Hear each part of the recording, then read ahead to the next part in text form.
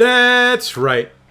Back at it again, Full Custom Hot Dog. Here we're doing a little movie review today. This is not an exclusive streaming somewhere. You gotta rent this on VOD to check it out. And I recommend you do. This movie's fantastic. Why am I watching this film, The Empty Man? Well, people have been talking about it a lot lately. And I heard a lot of not just good things, but really good things. People weren't just saying, The Empty Man was a good movie. It was very nice. You should watch it. No, people were saying, Empty Man was so good. This movie stayed with me. Oh my God, I can't stop thinking about The Empty Man. What a good movie. Like these types of compliments that made me go, well, what's the big deal? This movie can't be that good. And so I decided I have to check this out. And I did. I rented it. $6 on Amazon. No regrets. I enjoyed this movie quite a lot. And I think it warrants itself to a blind watch. Now, if anything I have said piques your interest and you're going to watch this and your mind is set, turn this off now. I'm not going to get into spoilers, but I'm going to talk about some plot elements. And I think this movie does so great at a blind watch that I think knowing as little as possible here is going to benefit you greatly, because I came in not knowing anything. And I got to say, I think that made this even more of an incredible film. Not that it's, oh my God, 11 out of 10 amazing, but it's pretty freaking great, especially for a horror film that flew under the radar. So the story behind this film is it was filmed in 2017 and it received poor scores with test audiences, and they didn't know what to do with this thing. So eventually they held onto it for a little bit, and then in 2020, in the midst of a pandemic, that's me like pushing it, pushed it into theaters, and then nobody sees it because they're like, this movie sucks anyways, no one's gonna like it. And it goes in the theaters. And I could kind of remember seeing some trailers. I wrote it off. I don't really remember the trailers. I might go back and watch them after this. But I immediately figured this was going to be something like Bye Bye Man. I'm not saying this film's a victim of its title, but I feel like the trailers might have reflected that. And I thought I had read some things too saying that the trailers weren't selling this film properly. So it ends up coming to VOD and people watch it. Some people just, I assume, rent everything that comes to VOD. I tend to be a little pickier, I feel.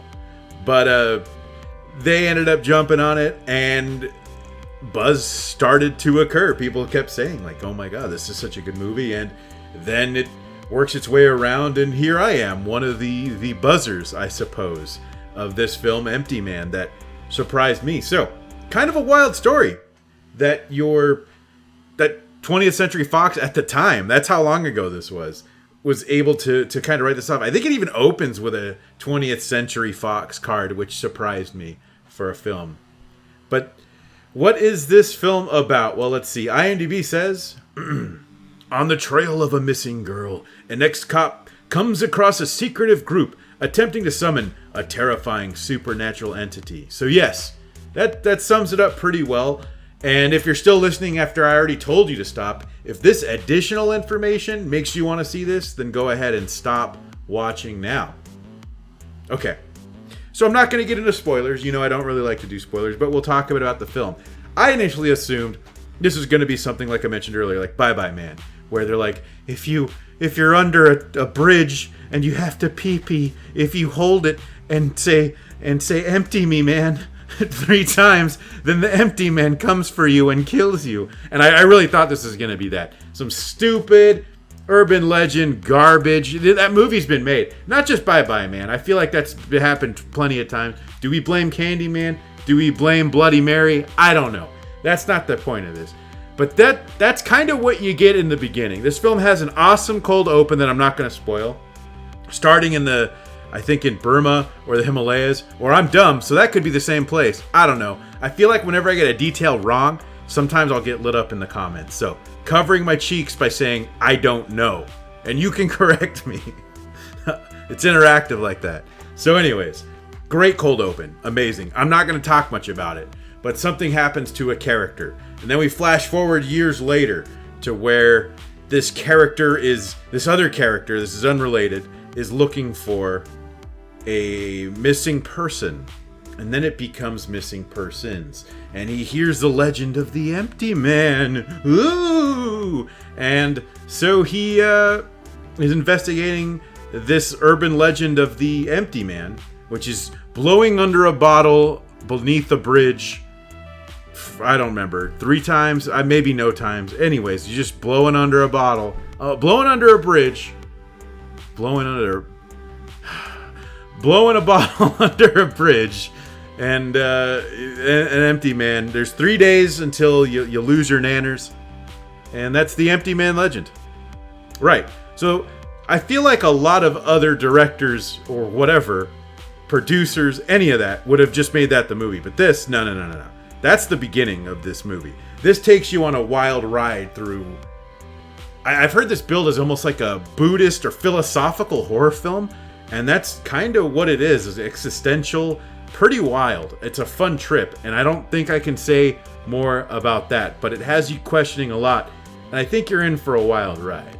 From what I understand from a certain complainer that I'm homies with, who's hearing this and shaking his head, it's not too similar to the comic, so I guess if you're a fan of the comic, taper those expectations back. However, this film on its own is very succinct, and can stand on its own as well, and is very good at entertaining, giving you all the information that you need.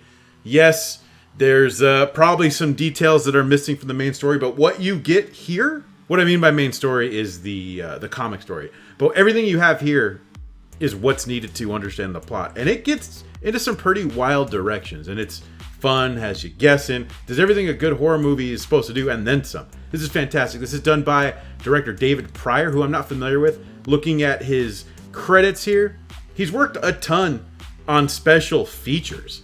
A ton. Special features for films like Girl with a Dragon Tattoo, The Fly, looks like Zodiac as well, Panic Room, all over the place. Directed a short called AM 1200, which I haven't seen yet. I might watch that after I do this, but I've heard good things. So there's at least that. So I guess that's something to check out if you do like The Empty Man like I do. Whenever I rent a movie on Amazon Prime, I tell my family, hey, I rented a movie. I don't even care if they're going to like it at this point. I just tell them, check it out. If you like it, watch it. If you don't, you can turn it off. I wanted to watch it. I paid for it. It's mine. So surprised to find out they watched this and they loved it just as much as I did. Now, when I do these reviews, I like to say whether or not I would buy this day one. I feel like that's a good qualifier for how much I like a movie.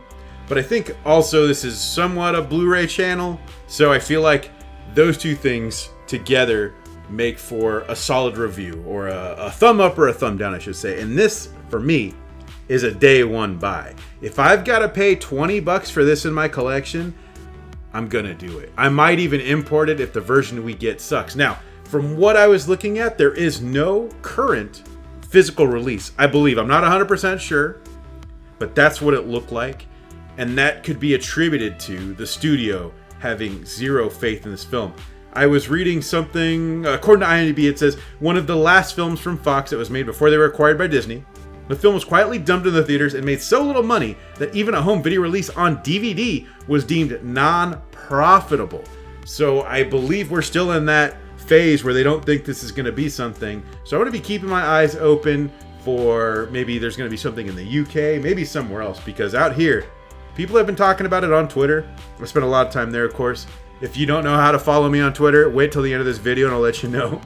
But I'll probably be even importing it. I want to watch this again. I cannot wait to watch this again. This is a movie that I feel like will be great on subsequent rewatches as well. Anyways, if you haven't noticed, yes, I do really like this movie. It's a wonderful mix of a lot of other movies that I want to tell you, but I don't want to spoil what this is about because there's so much happening here and so many nice, fun twists and turns. Very well done. I can't wait to see what this director, David Pryor, is going to do next. If this is any indication, the next one's going to be a straight up banger. And I think, anyway, it's a guess. This is very, very, very good. So, anyways, enough excitement for one day. Jeez. I am your host, Full Custom Hot Dog. You can follow me on Twitter. It's Full Custom Hot Dog without the last O, because that is just too long for Twitter. So, thank you all for watching, and until next time. If you like what you see, I love what I see. Make sure to hit that subscribe button and the bell for notifications so you can watch whatever comes next. And if you like the music you hear, you can follow me on SoundCloud and Spotify. Check the description for links.